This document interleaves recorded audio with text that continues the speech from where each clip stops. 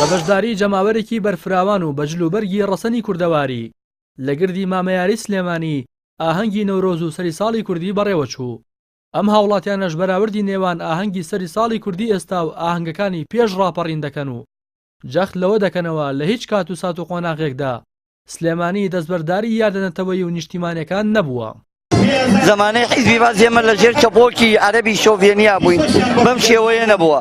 سوپاس بۆ خواوە 28 ساڵە ساحیبی کیانی خۆمانین و بەس بەداخەوە بۆ حکومەت هێرێمی کوردستان ئەبێ خۆی پشت بە خۆی بەسێ، شەڕی پارە و کورسی نەکەن، هاوڕێ لە میلەتی کورد بنەوە. سلێمانی بەڕاستی شاری قارەمانە، شاری هەڵمەت و قوربانیە. خۆم مناڵی شاری سلێمانیم.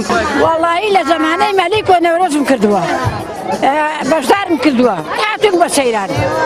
باوەڕکە هاتوون لێرە مناڵیان بۆ خزیاتە باوەش و مناڵەکان بردوێتەوە.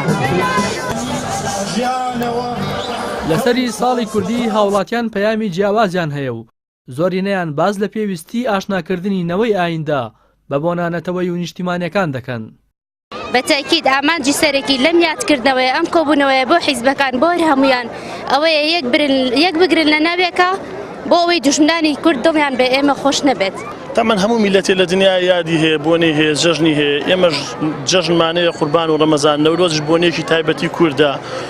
پێویستە زیاتر بایەخی پێ بدرێ. من داوا لە هەموو کوردیەکەم بۆ پەڕی خۆشحاڵیەوە کە بێتە دەرەوە سەفرە بکات، گەشت بکات. تەسەورەکەم نەورۆزی ئەم ساڵ سوپاس بەخوا لە چاو پار و پێرارەوە بە حوکمی ئەوەی کە شەڕی داعش و کۆمەڵێ بارودۆخی سیاسی هەبوو ئەم ساڵ باشترە. وەڵی نەورۆز کاتێکی خۆشە، وەکومان زانی 21 سەیە.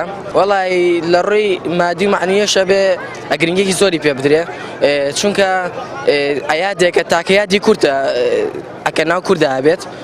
ئەم ڕۆژە ڕۆژێکی خۆشە بۆ گەلی کوردی، وادارم ڕۆژی پڕ ڕۆژێک هەموو ڕۆژێک ئەم یادە بکرێتەوە. ساڵانە و لە 20 ئازاردا هاوڵاتیانی شاری سلێمانی ڕوودەکەنە گردی مامەیارە و بەجلوبەرگی کوردی و خواردنی کوردەواری پێشوازی لەسەری ساڵی کوردی دەکەن. ڕاستی حەمە ئەمین، کەناڵی ئاسمانی پەیام، سلێمانی.